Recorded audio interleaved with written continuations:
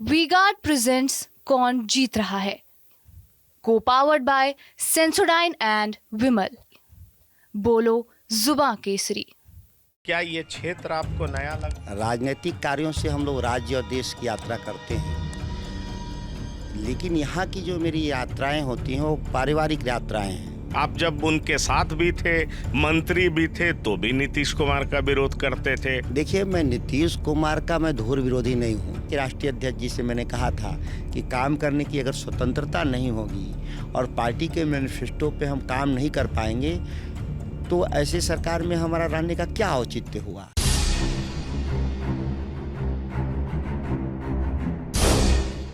नमस्कार, मैं हूं पंकज कुमार। टीवी 9 की यात्रा बक्सर पहुंची है और मैं बक्सर पहुंचते ही पहुंच गया आरजेडी के प्रत्याशी सुधाकर सिंह के पास। सुधाकर सिंह दिन भर अपना कैंपेन कर रहे थे और रात में थोड़ा इन्हें विश्राम करने का वक्त मिला। उसी समय मैं इनके पास पहुंच गया और मैं इनसे बात करना चाहूँगा दरअसल इनकी स्थिति क्या है, क्योंकि इनकी एक अलग पहचान है। ये आरजेडी में थे, जब पूरी आरजेडी जेडीयू के साथ रहना चाहती थी तो सुधाकर सिंह तब भी नीतीश कुमार का विरोध करते थे और इसलिए इनको विपक्ष के तौर पर देखा जाता था। ये सरकार में थे लेकिन विपक्ष के तौर पर इनको देखा जाता था। रोज ये चर्चा में रहते थे, रोज ये न्यूज़ में रहते थे और माना यह जा रहा था कि इकलौते ऐसे शख्स हैं जो कि नीतीश कुमार का पुरजोर विरोध करते हैं, क्योंकि बीजेपी को जब भी मौका मिला है वो नीतीश के साथ चली गई है, आरजेडी को जब भी मौका मिला है नीतीश कुमार के साथ गठबंधन कर ली है। ऐसे में सुधाकर सिंह ने नीतीश कुमार का हमेशा विरोध जारी रखा। इस वजह से बिहार की राजनीति में इनकी अलग पहचान रही है। सवाल ये उठता है कि बक्सर से लड़ने वाले सुधाकर सिंह कितने मजबूत प्रत्याशी हैं, यहाँ मुद्दे कितने गंभीर हैं, क्योंकि ये बीजेपी का गढ़ कहा जाता है। 2 बार से बीजेपी के ही प्रत्याशी चुनाव जीते हैं, लेकिन उन्हें बदल दिया गया है, नए प्रत्याशी आए हैं। तो अब हम सुधाकर सिंह के पास सीधा जाते हैं, इनसे पूछते हैं कि आखिरकार यहाँ का माहौल क्या है। सबसे पहले मैं आपको धन्यवाद कहना चाहूँगा कि आपने इतने कैंपेन के बाद भी रात में समय निकाला। तो मैं ये जानना चाहूँगा कि दिनचर्या कैसे रहती है आपकी, कैसे मैनेज करते हैं? क्या ये क्षेत्र आपको नया लग रहा? नमस्कार है सभी को। ये मेरा घर है, क्षेत्र से ज़्यादा घर है। राजनीतिक कार्यों से हम लोग राज्य और देश की यात्रा करते हैं, लेकिन यहाँ की जो मेरी यात्राएं होती हैं वो पारिवारिक यात्राएं हैं। कोई लगता ही नहीं है कि हम चुनावी राजनीति में जैसे रोज़ घूमते हैं वैसे घूम रहे हैं। रोज़ घूमते हैं इसीलिए लोगों का अपेक्षा भी नहीं रहता है कि मेरे चुनाव में अभी तक पहुँचे या नहीं पहुँचे। सबको मालूम है कि जब ज़रूरत होगा मैं मिल लूँगा। तो ये यहाँ पर वैसा कुछ नहीं है कि चुनावी राजनीति के चलते कोई बहुत तनाव हो, प्रेशर हो, ये ऐसा कुछ नहीं है। नहीं, आपने किसान नेता के तौर पर भी पहचान बनाई है, लेकिन आपकी एक दूसरी पहचान भी है कि आप नीतीश कुमार के धुर विरोधी हैं। आप जब उनके साथ भी थे, मंत्री भी थे, तो भी नीतीश कुमार का विरोध करते थे और आप जो कह रहे थे वो सही साबित हुआ। सवाल ये उठता है कि जब आपकी पार्टी नीतीश कुमार के साथ सरकार में थी तो आपके बयान से, आपके हरकत से मुझे लगता है पार्टी भी एम्बैरस फील करती होगी, लेकिन आप जो कहते थे वो सही साबित हुआ। अब आप पार्टी के शीर्ष नेताओं से बात करते हैं तो वो क्या कहते हैं? देखिए, मैं नीतीश कुमार का मैं धुर विरोधी नहीं हूँ। मैं मुद्दों के आधार पे मेरी असहमति थी और जो मेरी असहमति थी वो सच साबित हुआ। अन्यथा मेरे पारिवारिक संबंध हैं उनसे, एक पिता और पुत्र जैसा संबंध नीतीश कुमार से। लेकिन राजनीति में और जब आप एक लोकतांत्रिक प्रक्रिया में होते हैं तो बड़ा स्पष्ट है नियम कि आपके व्यक्तिगत रिश्ते राजनीति में नहीं आड़े आने चाहिए। जो मुद्दे साफ हैं उस पर काम करना होता है। इसलिए हम मौन नहीं साध सकते कि रिश्ते में मेरे वो क्या लगते हैं, वो मुख्यमंत्री हों, प्रधानमंत्री हों, रिश्ते के आधार पे तय नहीं होंगे, मुद्दे के आधार पे तय होंगे। ये कहना कि मैं उनका धुर विरोधी हूँ वो बात सत्य नहीं है। लेकिन जिन मुद्दों के आधार पर नीतीश कुमार राजनीति करते हैं वो हम उनके साथ सरकार में थे तो भी हमारा विरोध था, सरकार के बाहर हैं तो भी उनसे विरोध है। क्योंकि उनके जो मुद्दे हैं, जिस मुद्दों पे राजनीति नीतीश कुमार कर रहे हैं, वो कॉरपोरेट कल्चर के आधार पर राजनीति करते हैं। जो इस देश की जो आरोप नरेंद्र मोदी पर है, उससे गंभीर आरोप नीतीश कुमार पर मैं आरोप लगा रहा हूं कि जिन संवैधानिक संस्थाओं में विश्वास नहीं है नीतीश कुमार को, मुख्यमंत्री कार्यालय ही सुप्रीम बॉडी हो गया, लोकतंत्र में विधायिका सुप्रीम माना गया, लेकिन यहाँ पे कार्यपालिका भी सुप्रीम नहीं है। मिनिस्टर्स एक तरह से डिफंक्ट है नीतीश कुमार के राज में, कोई अपना स्वतंत्र उसकी आइडेंटिटी नहीं है। वो एक्सटेंशन है चीफ मिनिस्टर के ऑफिस के मिनिस्टर्स आज के दिन में नहीं, नीतीश कुमार का जो पॉलिटिकल कल्चर है उसमें। तो इसलिए मेरा विरोध रहा। और आज तो सही है कि उनके जो मेरा अनुमान था कि वो फिर पुनः बीजेपी के साथ जाएंगे, क्योंकि उसी टेम्परामेंट के वो थे, वो चले गए वहाँ पर जहाँ उनको जाना था। नहीं, पर ये बताइए कि जब आप साथ आ रहे थे इनके साथ, तो आपने पार्टी में विरोध किया था, ये सच है? यह सच है कि मैं राष्ट्रीय जनता दल और जदयू के संयुक्त सरकार के मैं पक्ष में नहीं था। दूसरी बात यह है कि सरकार बनने की पूरी प्रक्रिया कई राजनीतिक नई परिस्थितियों के चलते हुआ, तो उसका मैं कोई रोक नहीं सकता था और उसकी मेरी कोई मंशा भी नहीं था। लेकिन सरकार में शामिल होने की इच्छा मेरी नहीं थी, यह सर्वविदित तथ्य है। मेरे राष्ट्रीय अध्यक्ष के अंतिम निर्णय के चलते मैं सरकार में शामिल हुआ, और जिन सवालों को लेकर के राष्ट्रीय अध्यक्ष जी से मैंने कहा था कि काम करने की अगर स्वतंत्रता नहीं होगी और पार्टी के मैनिफेस्टो पे हम काम नहीं कर पाएंगे, तो ऐसे सरकार में हमारा रहने का क्या औचित्य हुआ। लेकिन उनका एक था आग्रह कि तुमको सरकार में होना चाहिए, तो मैंने उनके आग्रह को स्वीकार किया। लेकिन जो होना था वो पहले ही तय था, नियति तय था कि यही होना है। तो ये बताइए कि अब आप घूम रहे हैं, बक्सर में घूम रहे हैं, और बक्सर में जब आप घूम रहे हैं, आपका इमेज बहुत साफ सुथरा है, आपके पिताजी का भी इमेज बहुत साफ सुथरा है, लेकिन आप लालू प्रसाद जी की पार्टी में हैं। क्या इसका खामियाजा आपको भुगतना नहीं पड़ता है? सवाल है, आप नीतीश कुमार का तो विरोध करते हैं, लेकिन आपके प्रेसिडेंट जो सर्वे सर्वा नेता हैं वो सजा याफ्ता है। तो ये आपका इमेज उनका इमेज क्या कॉन्ट्रास्ट नहीं होता, और इसका नुकसान आपको नहीं होता पब्लिक लाइफ में? सभी लोग को मालूम है कि जिन मुकदमे में राष्ट्रीय अध्यक्ष जी को सजा हुई, चूँकि वो एक न्यायिक सब जुडिस है, बहुत मैं उस पर कमेंट नहीं कर सकता। लेकिन एक बात सही है, मैं बता रहा हूँ कि हाई कोर्ट और सुप्रीम कोर्ट जब जाएगा वो मामले खारिज होंगे। उस मामले में कहीं कोई संलिप्तता नहीं था राष्ट्रीय अध्यक्ष जी का मुख्यमंत्री के तौर पे। अगर उसको संलिप्तता माना जाए तो फिर सृजन कांड में नीतीश कुमार आज तक क्यों नहीं जेल गए? उनके राज में तो 3000 करोड़ का ट्रेजरी लूट हुआ सृजन कांड भागलपुर में। मुख्यमंत्री ट्रेजरी का संचालन नहीं करता, ट्रेजरी का संचालन कलेक्टर करते हैं, तो कलेक्टर दोषी होंगे। उन्होंने जो काम किया होगा, कई लोग जेल भी गए, कई लोग बच भी गए। आश्चर्य भी है कि कुछ लोग बचे भी उसमें से। तो ये टोटल एडमिनिस्ट्रेटिव फेलियर था, पॉलिटिकल फेलियर नहीं था। और जिसके लिए रिस्पॉन्सिबल चीफ मिनिस्टर नहीं होते, वो उसके लिए हाउस कोई भी एक्सपेंडिचर के बाद कि करेक्ट एक्सपेंडिचर नहीं है, उसका जांच करने का अधिकार कैग को है, और कैग रिपोर्ट हाउस को करता है, चीफ मिनिस्टर को नहीं करता, सीधे असेंबली को करता है। और असेंबली का जो निर्णय होता है वही अंतिम सत्य है। तो ये पूरे मसले में जो हुआ उनके साथ वो दुर्भाग्यपूर्ण था, और इसके चलते हम लोग अपने पॉलिटिकल पार्टी और पॉलिटिकल आइडियोलॉजी को हम लोग समेट लें, जो चाहते हैं विरोधी, ये कभी ऐसा नहीं होगा। नहीं, पर मेरा सवाल ये है कि क्या चुनाव में एक तरफ मोदी और दूसरे तरफ लालू प्रसाद यादव, और उस बीच में जब आप दिखाई पड़ते हैं, तो आपको नहीं लगता कि उनको बार बार जो आपके अपोनेंट्स हैं वो कहते हैं सजा याफ्ता, जंगल राज के पर्याय, तमाम तरह के उपनाम से उनको नवाजा जाता है। आपको नहीं लगता कि जब आप बक्सर में घूमते होंगे, जनता के बीच में जाते होंगे, तो इस तरह की परेशानियों से आपको जूझना पड़ता होगा, जबकि आपका इमेज तो वैसा नहीं है, आपके बारे में परसेप्शन तो वैसा नहीं है, लेकिन आपके नेता के बारे में है।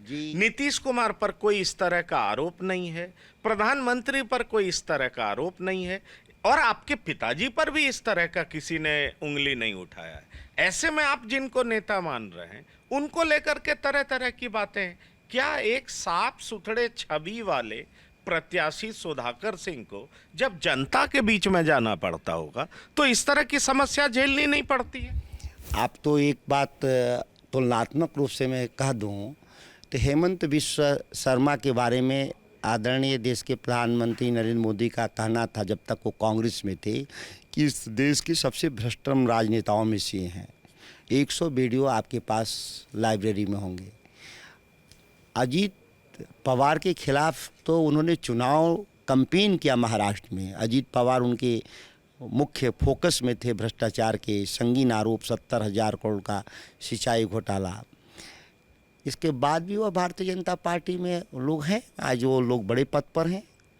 ये सुविधा के हिसाब से लोग आरोप प्रत्यारोप लगाते हैं, अन्यथा जो नीतीश कुमार पर आरोप है भ्रष्टाचार का, गंभीरतम आरोप है, और इसीलिए वो भारतीय जनता पार्टी उनको भारतीय जनता पार्टी के साथ हो या जो दिल्ली में सत्ता में उसके साथ हो चिपके रहते हैं कि हमारे पर कार्रवाई नहीं हो।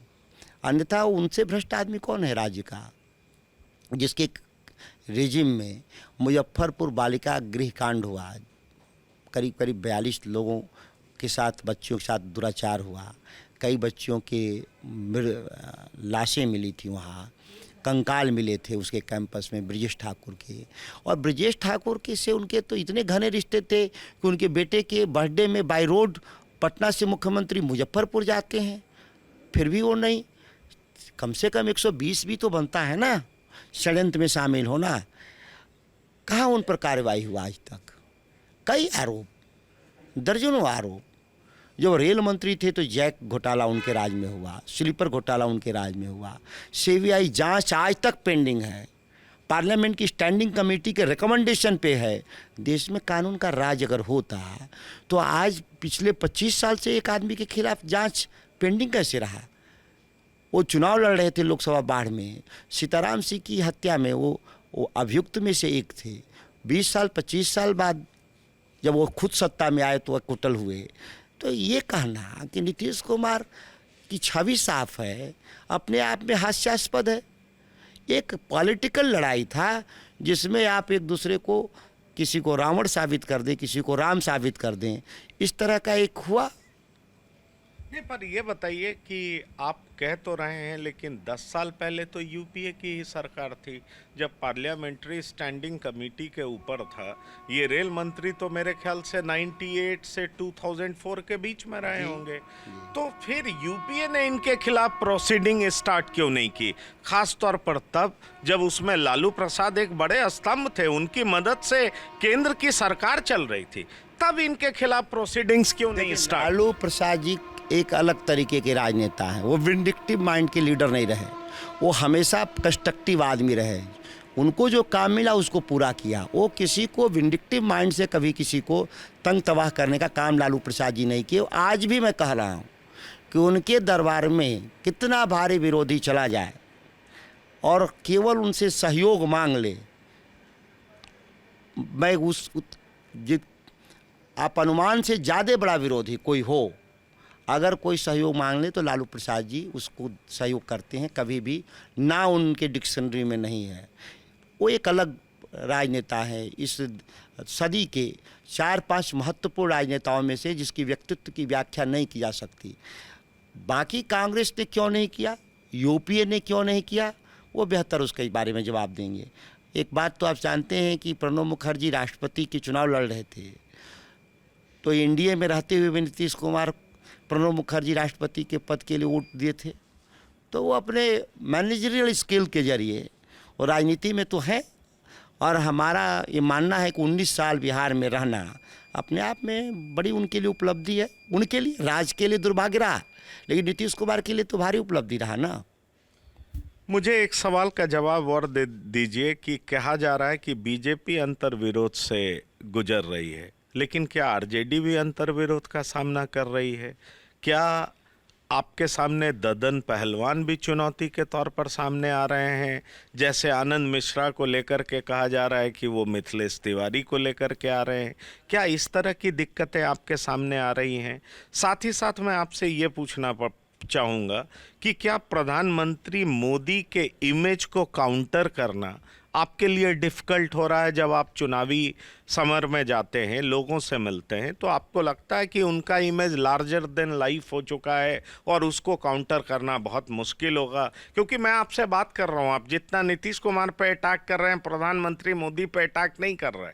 तो मुझे लगता है कि ये आपके रणनीतियों का भी हिस्सा हो सकता है, क्योंकि एक बार अरविंद केजरीवाल ने एक चुनाव में ऐसा किया था। इसलिए मैं आपसे पूछना चाह रहा हूँ कि क्या इस तरह की बात है जिस वजह से आप लोग बचते दिखते हैं और सीधा अपने जीत की तरफ सोचते हैं? ददन जी का जो आपने सवाल उठाया, वो राष्ट्रीय जनता दल के कभी भी प्राइमरी मेंबर नहीं रहे, तो इसमें बगावत का कोई विषय नहीं। जो पार्टी में कभी रहे नहीं, किसी भी पद पर, न एमएलए के तौर पे न पार्टी के पद पे तौर पे, तो निर्दलीय रहे जीवन भर, तो वो कभी हमारे लिए उस मामले में कोई चुनौती नहीं है। भारतीय जनता पार्टी का अंतर्विरोध है कि उनका एक हार्डकोर वर्कर वो एक इलेक्शन फाइट कर रहा है, वो भी मोदी के नाम पर, कि भाई मुझे मोदी का सपना पूरा करना है। मेरा जिसकी आप चर्चा कर रहे थे ददन जी का, वो तो कोई चर्चा ही नहीं कर रहे हैं कि हमको राष्ट्रीय जनता दल से कोई लेना देना है, लालू प्रसाद जी से लेना देना नहीं है। वो लालू प्रसाद जी से भी भारी मतभेद रहे उनके, इसीलिए कभी वो दल में रहे नहीं। रह गया भारतीय जनता पार्टी का, अगर प्रधानमंत्री जी का इतना बड़ा इमेज है तो ये 543 क्यों नहीं जीत रहे हैं? 303 पर क्यों रह जा रहे हैं? 240 तो हारते हैं वो लोग। ये कहना कि राजनीति में वो कोई सुपरमैन है, ये नहीं मैं मानता। नहीं तो क्या आपको यहाँ पर लोग किसान नेता के तौर पर देख रहे हैं, या आपके पिता भी बड़ी शख्सियत हैं, उनके पुत्र के तौर पर देख रहे हैं? बक्सर की जनता आपको किस निगाह से देख रही है, या नीतीश कुमार के धुर विरोधी के तौर पर देखिए, हम धुर विरोधी का कहना ये अपने आप में एक नकारात्मक बात हुआ।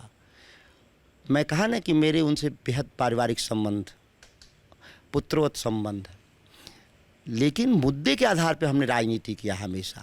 जब मैं 2000 में राजनीति शुरू किया, हम किसान आंदोलन से जुड़े हैं। या कह सकते हैं कि मैं दिल्ली यूनिवर्सिटी में था, केएमसी में, तब मैं जीन कैंपेन के साथ हम जो एग्रीमेंट था, जो WTO का एग्रीमेंट का हम लोग विरोध कर रहे थे। आप मेरे उस समय केएमसी में पत्रिका निकलती थी, उसमें मेरा लेख निकला हुआ था। पता नहीं अब वो छपता है कि नहीं छपता होगा, लेकिन मैंने पढ़ा है उसको, मैंने पढ़ा है। तो वो लगातार हम इस काम को लगे हुए थे। तब नीतीश कुमार की हम लोग एक ही पार्टी में थे, और हम तो उम्र में भी बहुत कम थे, और भारतीय जनता पार्टी में तो मोदी आए भी नहीं थे उस समय। लेकिन जिन मुद्दों पे हम काम कर रहे हैं वो कंटिन्यूअस काम कर रहे हैं। हमारे कभी मुद्दे में बदलाव नहीं है। किसानों के पक्ष में और उनके हितों के लिए जो संभव नीतिगत निर्णय लेने का सवाल हो या मदद का, उसमें हम लोग कभी भी पीछे नहीं हटते। और समझौता इसलिए नहीं करेंगे कि मुझे MP MLA बनना है, मिनिस्टर, इसलिए मैं समझौता कर लूँ, ये इस जीवन में नहीं होगा। पद रहे न रहे, MLA MP रहे न रहे, मिनिस्टर बने न बने, उन मुद्दों पर हम कोई समझौता नहीं करते। आपको यहाँ मुद्दा क्या दिखाई पड़ता है? क्योंकि आरजेडी तो जीतती नहीं रही है यहाँ से, तो पिछले 2 चुनाव में बीजेपी जीती है। इस बार जनता क्यों चुनेगी आपको, ऐसा क्यों लगता है? बीजेपी क्यों जीत रही थी? कोई औचित्य नहीं था जीतने का यहाँ पर, क्योंकि बीजेपी ने कभी कुछ किया नहीं बक्सर के लिए। आप पूरे संसदीय क्षेत्र में घूम जाएंगे तो जो 3-4 बड़े काम हैं वो राष्ट्रीय जनता दल के कार्यकाल के हैं। यहाँ पर 2 जो हाईवे जिसको पकड़ के आए होंगे, वो हाईवे भी उसी समय का UPA का था। मेरे father A member of parliament थे उसी समय। या यहाँ पे बिजली घर चौसा में है, वो भी उसी काल में निर्माण शुरू हुआ। लेकिन बीजेपी जीता तो इसके पूरे बिहार में जीत गया, इसीलिए बक्सर भी जीत गया।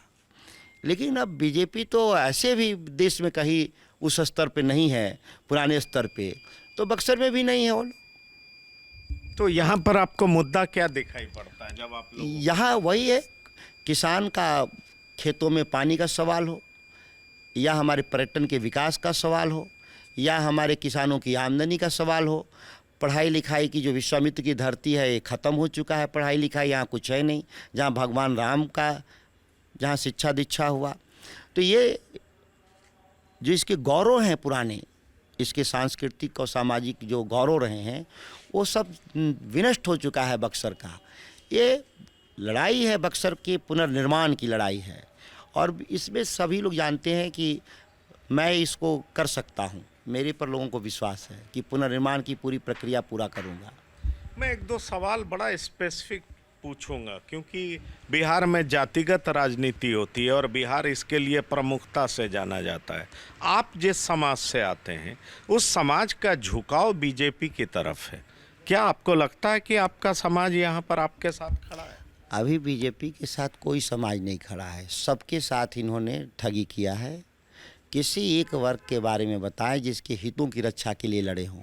ये देश में भारतीय जनता पार्टी, अडानी और अंबानी के 10 गुना संपत्ति बढ़े हैं देश में 10 सालों में। इसके अलावा किसी की संपत्ति अगर देश में बढ़ा हो, ये राजनीति में जो भारतीय जनता पार्टी ने जिस आधार पर राजनीति को खड़ा किया, ये भारत के लिए दुर्भाग्यपूर्ण है। मैं मानता हूँ कि अगर ये रह गए तो भारत को पाकिस्तान बनने में अब देर नहीं है। जिस तरह से वहाँ लोकतंत्र में नकली वोट हो रहा है, वोट इमरान खान को मिला, सरकार शहबाज खान प्रधानमंत्री बन गए, सरकार वहाँ सेना चला रही है। भारत में भी यही होने की प्रक्रिया में ले जाना चाहते हैं भारतीय जनता पार्टी, नरेंद्र मोदी। देश की जनता बहुत स्पष्ट राजनीति में राय रखती है। आप इस बार का परिणाम चौंकाने वाला आएगा। जिस तरह से वाजपेयी जी की विदाई हो गई थी 2004 में साइनिंग इंडिया के बावजूद भी, ठीक वही हाल है अभी। नीचे हलचल है, आप महसूस नहीं कर पाए होंगे। आप बात करेंगे लोगों से, आम आदमी से, ठेले पर रिक्शे वाले से, जो वो सीधे सीधे बताएंगे कि वो भाजपा को वोट नहीं करेंगे। जो विपक्ष कहती है, मेरा अंतिम 2 सवाल होगा, जो विपक्ष कहती है आपकी पार्टी जंगल राज का पर्याय, आपकी पार्टी चारा घोटाला का पर्याय, आपकी पार्टी मिस गवर्नेंस का पर्याय, ये बताइए कि विपक्ष जिस जोर से चिल्लाती है और आपके विरोध में अति पिछड़ा समाज आ जाता है, सवर्ण आ जाता है, आपकी पार्टी की जब जब चर्चा होती है तो लोग कहने लगते हैं 2005 से पहले क्या था, किस तरह की स्थिति थी, किस तरह का डर था, कैसे भय व्याप्त था, कभी साले साहब आते थे, तरह तरह की चर्चा होती है। ऐसे में सवाल उठता है कि जब आप जनता के बीच में जाते हैं और ये कहते हैं कि मैं बेहतर करूंगा, तो जनता आप पे भरोसा क्यों करे, क्यों उम्मीद? हमारी राष्ट्रीय जनता दल या जनता दल अगर पिछले 40 सालों के 35 सालों के इतिहास को उठा के देखें तो हमारे वोट शेयर कभी कम नहीं हुए। जिस दिन हम सत्ता में थे, माने जिसको सत्ता में आने को आप मानते हैं कि आप अच्छे होने का सबूत क्या हो, इस लोकतंत्र में माना जाता है, जो बहुमत में आ जाता है उसको अच्छा मान लिया जाता है कि नहीं? यही ना लोकतंत्र की परिभाषा इस देश में गढ़ी गई है कि हम बहुमत में हैं इसीलिए हम ठीक है। तो ये बताइए कि हमारा 90 से लेकर 2024 तक हमारा वोट शेयर कहाँ घटा? हमारे खिलाफ सुविधा के हिसाब से लोगों ने अलाइनमेंट कर लिया, गठजोड़ कर लिया और हमको चुनाव हरा दिया, लेकिन हमारे वोट तो कभी नहीं घटे। कोई आरोप लगने से वोट शेयर मेरे घट गए ऐसा तो कभी नहीं हुआ। नहीं, उसकी वजह कहा यह जाता है कि आप जातिवादी पार्टी हैं, मुसलमानों को डराते हैं, बीजेपी आ जाएगी। माय समीकरण बिहार में तकरीबन 28%, 32% के आसपास हो जाता है और ये मुख्य वजह है। दूसरी बात, आप कहते हैं कि हमने लोगों को नौकरी दी, तो आपने नौकरी दे दी तो बदले में ज़मीन ले ली, ये भी आरोप आप पे लगता है। तीसरी बात आप कहते हैं कि 17 महीने बनाम 17 साल, तो उधर से कहा जाता है कि मुख्यमंत्री क्या कर रहे थे, ये काम तो मुख्यमंत्री का था। मैं तीनों बात का जो कहा जाता है वही सवाल मैं आपसे कर रहा हूँ कि आपकी पार्टी परिवारवादी, आपकी पार्टी पे भ्रष्टाचार का आरोप, नौकरी देने के बदले जमीन लेने का आरोप, और ये तरह तरह के आरोप आपकी पार्टी और आपके पार्टी के नेताओं पर है। फिर आप कैसे दावा करते हैं कि हम बड़ा साफ और क्लीन गवर्नेंस दें? जो आरोप लगाने वाले हैं वो कभी गिरेबान में अपना झांके। परिवारवाद का आरोप लगाने वाले लोग एनडीए मोदी के नेतृत्व में बिहार में 40 में से 13 लोगों के परिवार के टिकट मिले हैं। 13 मेंबर ऑफ पार्लियामेंट के बेटे चुनाव बिहार में लड़ रहे हैं। ये बात भाजपा को और मोदी जी को क्यों नहीं दिखाई देता कि उन्हीं के कलम से इस बिहार में विवेक ठाकुर, शिवेश राम, अशोक यादव, संजय जायसवाल, रविशंकर सिन्हा जैसे तो आधा दर्जन तो बीजेपी में, उनके सहयोगी दल नीतीश कुमार की पार्टी और लोजपा को छोड़ दें। कैसा आरोप? हमारी पार्टी से या हमारे गठबंधन से उतने लोग परिवार से नहीं लड़ रहे हैं जितना वो लड़ रहे हैं। आप इसको मिलाकर देख लीजिए। कोई कह देगा और उसको आप चलाने लगेंगे मीडिया में, सत्यापित भी कर लेना है इस विषय को। इसलिए मैं कह रहा हूं कि आपकी जिम्मेदारी है। दूसरी बात, भ्रष्टाचार की बात, इलेक्टोरल बॉन्ड सुप्रीम कोर्ट के आदेश से जब बात निकल के आ गई, सबको मालूम है कि इस देश में जो बूचड़खाना चलाने वाले लोग हैं वो 250 करोड़ भाजपा को चंदा दिया लोगों ने। इस देश में उन तमाम दर्जनों उद्योगपति जिस पर ईडी और सीबीआई ने रेड किया, रेड के बाद वो लोग भाजपा को चंदा देकर अपना केस सुलझाए। सीधे सीधे पैसा लिया भारतीय जनता पार्टी, अपने खाते में पैसा लिया, देश भर में कार्यालय खोला, 5 स्टार होटल जैसा, और चुनावी राजनीति को महंगा किया। ये अब इसके बाद भी, इतने सबूत के बाद भी लोगों को लगता है कि ये विपक्ष के लोगों ने किया या सत्ता पक्ष ने अपने लाठी के बल पे किस तरीके से इस देश में लूटा और देश के उद्योगपतियों से पैसा हड़प करके चुनावी राजनीति को गंदा किया। और आप देख रहे होंगे कंटेंट के स्तर पे, डिजिटल प्लेटफॉर्म पे हो, इलेक्ट्रॉनिक मीडिया, एक तरफा बीजेपी अपने विज्ञापनों के जरिए खड़ा कर दी, जहां विपक्ष के लिए स्पेस नहीं दे रही है। लोकतंत्र चलेगा कैसे? लेवल प्लेइंग फील्ड नहीं रहेगा तो लोग, चुनाव का अर्थ क्या रह जाएगा? एक मैसिव स्केल पर हम कैंपेन चलाएंगे इलेक्टोरल रिफॉर्म्स पर, और आप देखेंगे कि किस तरीके से इस मुद्दे को मैं उठाऊंगा। अभी लोकसभा चुनाव का मुख्य मुद्दा को अभी डेविएट नहीं कर रहा हूं, क्योंकि ये गरीबों की लड़ाई है, किसानों की लड़ाई है, नौजवानों की लड़ाई है। इसको पूरा होने दीजिए।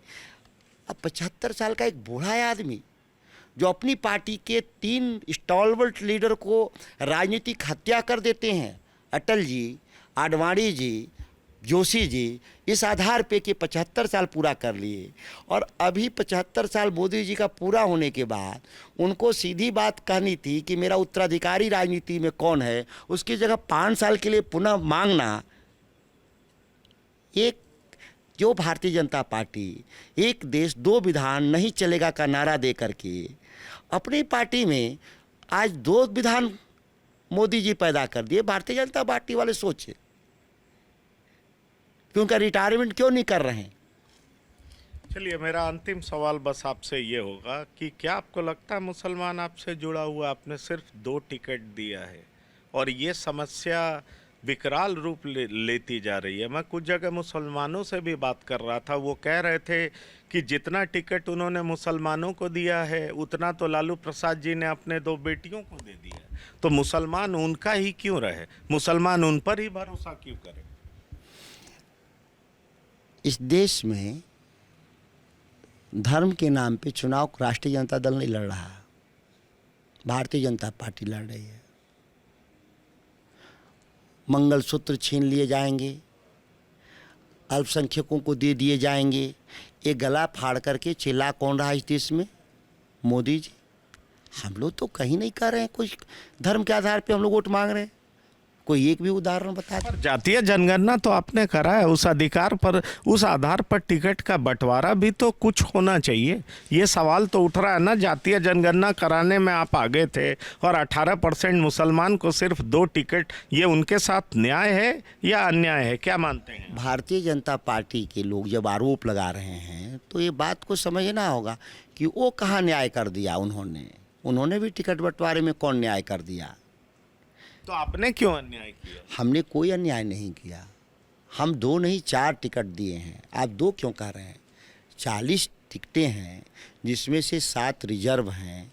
33 टिकटों में से हम 4 उनको दिए हैं, 2 कांग्रेस के जरिए, 2 हमारे राष्ट्रीय जनता दल के जरिए।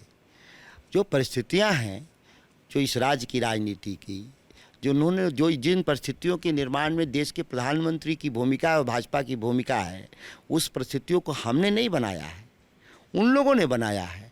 उन परिस्थितियों में 4 टिकट हम लोगों ने दिया है और भी मिलना चाहिए। ऐसा नहीं है। 1-2 लोगों को हम लोगों ने कहा था लड़ने के लिए, उन लोगों ने टिकट किन्हीं कारणों से नहीं लड़े, तो हमने उस टिकटों पर बदलाव किया। हिना साहब के लिए भी हम लोग चाहते थे कि वो लड़ें सिवान, लेकिन उनकी अपनी अलग मजबूरी रही होगी, पारिवारिक मजबूरी रही होगी। एक आध जगह और भी हम लोगों ने कहा था। तो स्वाभाविक है कि जो परिस्थिति, राजनीतिक परिस्थिति देश के प्रधानमंत्री ने बनाया है, वो कई वर्गों के लिए संकट पैदा कर दिया है देश की राजनीति में। इसको मैंने कहा ना कि भारत को पाकिस्तान बनने में बहुत देर नहीं है अगर ये लोग रह गए तो।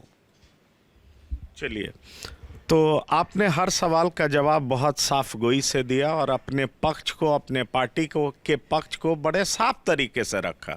चाहे परिवारवाद का मुद्दा हो, भ्रष्टाचार का मुद्दा हो, हमने बेधड़क इनसे सवाल पूछे और इन्होंने हर बात का जवाब अपने तरीके से दिया और अपने पार्टी का पक्ष भी रखा। सवाल ये उठता है कि पिछले 2 बार से चुनाव में जीत रही बीजेपी, क्या इस बार उसको ये पटक देंगे? क्योंकि किसान नेता के रूप में पहचान बना चुके सुधाकर सिंह के लिए ये एक बड़ी चुनौती है, लेकिन ये कहा जा रहा है कि ये यहाँ के मजबूत उम्मीदवार हैं। आखिरकार परिणाम क्या होगा ये तो 4 जून के बाद पता चल पाएगा, लेकिन बक्सर की लड़ाई दिलचस्प मोड़ पर है, क्योंकि आरजेडी की तरफ से प्रत्याशी सुधाकर सिंह हैं, जिन्होंने शुरू से ही अपनी पहचान किसान नेता के रूप में बनाई है। तो इस समय बक्सर से अपने साथी जेरी और अंकित मिश्रा के साथ TV9 के लिए पंकज कुमार। धन्यवाद, नमस्कार।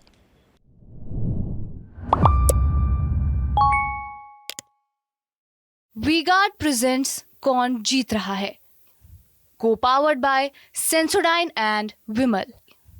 बोलो जुबां केसरी।